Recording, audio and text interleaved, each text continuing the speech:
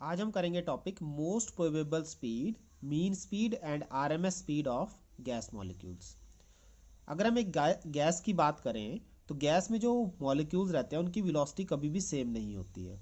भले ही आप pressure, volume, temperature condition fix कर लो, लेकिन ड्यू टू कोलिजन उनकी डायरेक्शन और स्पीड में फ़र्क पड़ ही जाता है। ठीक है, तो सबसे पहले हम बात करेंगे मोस्ट प्रोबेबल स्पीड की। तो इसको कैसे डिफाइन करेंगे? Most probable speed of the molecules of the gas is that speed which is possessed by maximum fractions of total number of molecules of the gas। ये वो स्पीड है जिसमें maximum number of molecules move करेंगे।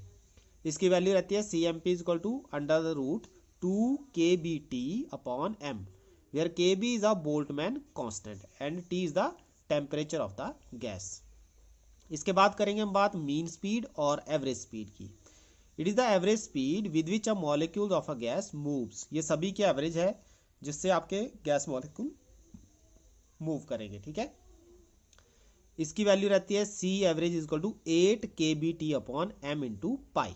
पाई आपको पता है value, ये आपका कांस्टेंट रहता है, 3.14 के बराबर इसकी वैल्यू रहती है। तो ये आपकी जो वैल्यू रहेगी वो रहेगी आपकी मीन स्पीड और एवरेज स्पीड की। इसके बाद हम बात करेंगे रूट मीन स्क्वायर स्पीड की। It is defined as the square root of mean of the squares of random velocities of the individual molecules of the gas।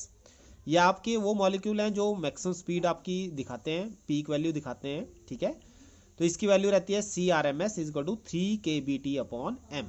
ये आप अंडर द रूट ले सकते हो इसकी वैल्यू को भी। तो इस तरह से हम तीन जो डिफरेंट स्पीड्स हैं उनकी वैल्यू को कैलकुलेट कर सकते हैं बाय यूजिंग डिफरेंट फार्मूलाज। इसके बाद हमारा एक और बड़ा इंपॉर्टेंट टॉपिक आता है degrees of freedom. It is defined as the total number of coordinates required to describe completely the position and configuration of the system. कितने कोऑर्डिनेट्स आपको चाहिए किसी की भी किसी पर्टिकुलर सिस्टम की पोजीशन और कॉन्फ़िगरेशन को पता करने के लिए। ठीक है, तो इसका एक फॉर्मूला रहता है, इसको हम फॉलो करेंगे। The number of degrees of freedom of a dynamical system is obtained by subtracting the number of independent relation from the total number of coordinates। आपके बीच में कुछ एक ऐसे रिलेशन भी आएंगे जो इंडिपेंडेंट होंगे, तो वो इंडिपेंडेंट रिलेशन आपको टोटल नंबर ऑफ डिग्रीज से माइनस करने पड़ेंगे। तो फॉर्मूला बन जाएगा n 3a minus r, where r is the independent degrees of freedom. ठीक है, इसमें सबसे पहले लेंगे मोनोएटॉमिक गैसेस। मोनोएटॉमिक गैसेस वो गैसेस होती हैं जिसमें आपके पास सिर्फ एक एटम रहता है। ठीक है, इसमें आपके एग्जांपल आते हैं नियॉन, आर्गॉन, हीलियम एटसेट्रा। अब इसमें जो जब एक एटम रहेगा तो उसमें इंडिपेंडेंट आपका जो इंडिपेंडेंट बिहेवियर है वो आपको नहीं मिलेगा। It has only one translatory motion. सिर्फ आपका सीधा एक ट्रांसलेटरी मोशन होला, एक लाइन के ऊपर जो मोशन रहेगा वो आपको इसमें मिलेगा। तो a इसमें 1 है और r आपका 0 रहेगा, तो n आ जाएगा 3 इंटू 1 माइनस 0 दैट इज 3। तो किसी भी मोनोएटॉमिक गैस को अगर आपने डिस्क्राइब करना है तो हमारे पास 3 डिग्रीज ऑफ फ्रीडम उसमें रहते हैं। उसके बाद हम बात करेंगे डाईएटॉमिक गैसेस की। The molecules of a diatomic gas has 2 atoms in it. ठीक है, जिसमें 2 एटम रहते हैं उनको हम डाईएटॉमिक कहते हैं। Diatomic molecules have 3 translatory motion and 2 rotational motion. इसमें 3 ट्रांसलेटरी मोशन रहते हैं और 2 रोटेशनल मोशन रहते हैं। Hence in all diatomic gases have 5 degrees of freedom. अब इसमें एक जो साइड रहती है वो कॉमन रहती है, इसलिए उसको हम इंडिपेंडेंट काउंट करते हैं। बाकी साइड आपकी इंडिपेंडेंट अलग से जो डिस्क्राइब करती हैं, उसमें आप एक एक्सिस को कॉमन लेते हो। इसमें जैसे XYZ आपने 3 एक्सिस ले ली, 2 एटम लिए हैं, तो उसमें कोई ना कोई एक एक्सिस ऐसी होगी जो दोनों एटम के लिए कॉमन होगी। तो उस केस में हमें r आपको 1 लेना पड़ेगा। तो a is equal to 2, n आ जाएगा 3 इंटू 2 माइनस 1 दैट इज 5। और 5 आपके क्यों आ रहे हो मैंने आपको बता दिया, जिसमें 3 ट्रांसलेटरी होंगे और 2 रोटेशनल मोशन होंगे। तो ये था आपका डाईएटॉमिक गैस मॉलिक्यूल के लिए। फिर बात करेंगे हम ट्राईएटॉमिक गैसेस की। The molecules of a triatomic gas has 3 atoms in it. जिसमें 3 एटम हो वो ट्राईएटॉमिक गैसेस होगी। तो ट्राईएटॉमिक गैस में हमारे पास जो रहते हैं मॉलिक्यूल, उनका नाम हम लेते हैं। जैसे आपके पास एग्जांपल के लिए सल्फर डाइऑक्साइड, ठीक है, H2S गैस रहती है।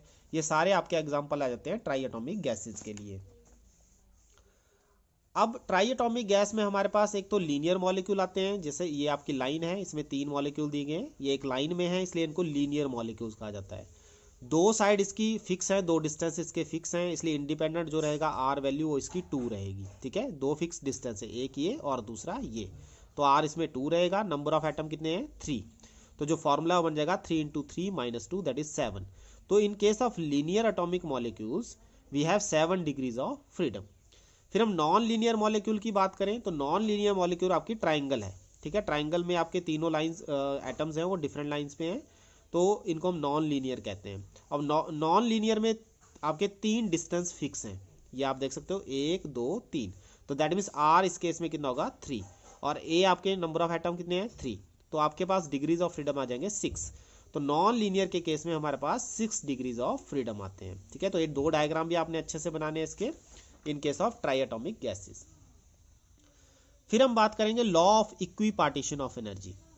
According to this law, for any dynamical system in thermal equilibrium the total energy is distributed equally amongst all the degrees of freedom. ठीक है, जितनी भी डिग्रीज ऑफ फ्रीडम है उनमें सब में आपकी एनर्जी इक्वली डिस्ट्रीब्यूट होगी।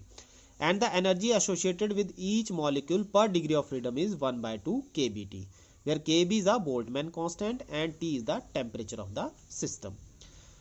The kinetic energy of translation of single molecule is given by, single molecule की kinetic energy जो आपकी रहेगी वो कितनी रहेगी, half m vx square, half m vy square and half m vz square. vx vy और vz है molecules की x y z डायरेक्शन में वेलोसिटीज। ठीक है, for a gas in thermal equilibrium at temperature T the average value of translational energy of molecule is, ये आपकी direct आपको याद होनी चाहिए, इट इज 3/2 kBt। आपने सबका सम लेना है तीनों का और ये आपकी 3/2 kBt रहती है। ठीक है, तो ये डायरेक्ट आपको याद रखनी पड़ेगी कि टोटल एनर्जी आपकी 3/2 kBt के बराबर होती है।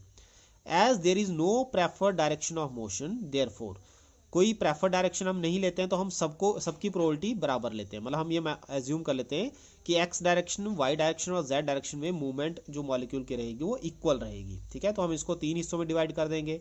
तो अगर 3 इक्वल हिस्सों में इसको डिवाइड कर रहे हैं तो अगर टोटल एनर्जी 3/2 kBt है तो एक के हिस्से में कितनी आएगी 1/2 kBt सबके हिस्से में। ठीक है, therefore energy associated with each molecule per degree of freedom is 1/2 kBt, which is the law of equipartition of energy. तो आज के लिए बस इतना ही।